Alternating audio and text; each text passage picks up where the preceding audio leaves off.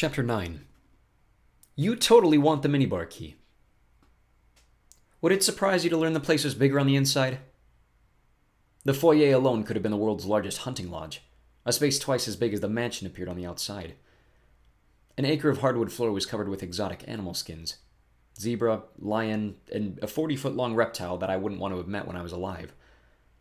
Against the right wall, a fire cracked in a bedroom-sized hearth. In front of it, a few high school-age guys in fluffy green bathrobes lounged on overstuffed leather couches, laughing and drinking from silver goblets. Over the mantel hung the stuffed head of a wolf. Oh, joy, I thought with wonder. More wolves. Columns made from rough-hewn tree trunks held up the ceiling, which was lined with spears for rafters. Polished shields gleamed on the walls. Light seemed to radiate from everywhere, a warm golden glow that hurt my eyes like a summer afternoon after a dark theater. In the middle of the foyer, a freestanding display board announced, "Today's activities. Single combat to the death. Oslo room, 10 a.m. Group combat to the death. Stockholm room, 11 a.m. Buffet lunch to the death. Dining hall, 12 p.m. Full army combat to the death. Main courtyard, 1 p.m. Bikram yoga to the death. Copenhagen room. Bring your own mat, 4 p.m. The doorman Hunding said something, but my head was ringing so badly I missed it. "Sorry," I said. "What?" "Luggage," he repeated. "Do you have any?" I reached for my shoulder strap. My backpack had apparently not been resurrected with me. "No." Hunding grunted. "No one brings luggage anymore. Don't they put anything on your funeral pyre?" My what? Never mind." He scowled toward the far corner of the room, where an overturned boat's keel served as the reception desk. "Guess there's no putting it off. Come on." The man behind the keel apparently used the same barber as Hunding. His beard was so big it had its own zip code. His hair looked like a buzzard that had exploded on a windshield. He was dressed in a forest green pinstripe suit. His name tag read, Helgi, Manager, East Gothland, valued team member since 749 AD. "Welcome." Helgi glanced up from his computer screen. "Checking in?" You realize check-in time is 3 p.m., he said. "If you die earlier in the day, I can't guarantee your room will be ready." "I can just go back to being alive," I offered. No. He tapped on his keyboard. "Ah, here we are." He grinned, revealing exactly 3 teeth. "We've upgraded you to a suite."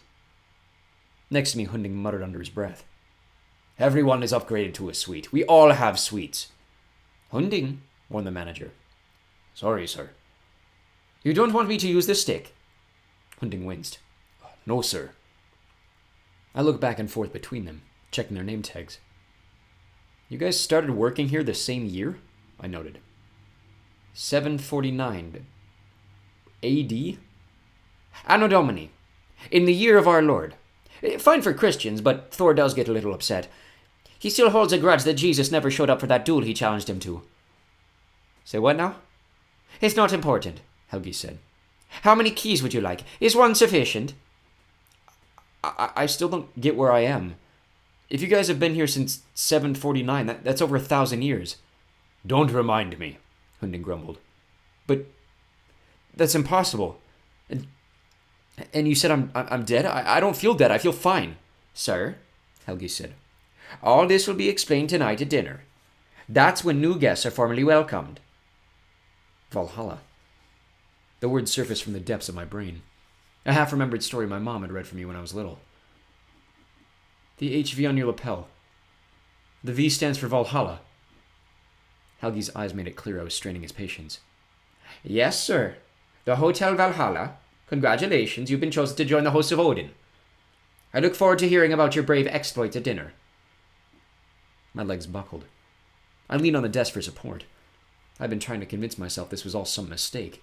Some elaborately themed hotel where I'd been mistaken for a guest. Now I wasn't so sure.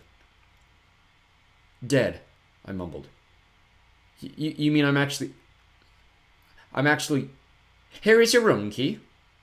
Helgi handed me a stone engraved with a single Viking rune, like the stones in Uncle Randolph's library. "Would you like the minibar key?" He wants the minibar key," Hunding answered for me. "Kid, you want the minibar key. It's going to be a long stay." My mouth tasted like copper. How long? Forever, Helgi said. Or at least until Ragnarok. Hunding will now show you to your room. Enjoy your afterlife. Next!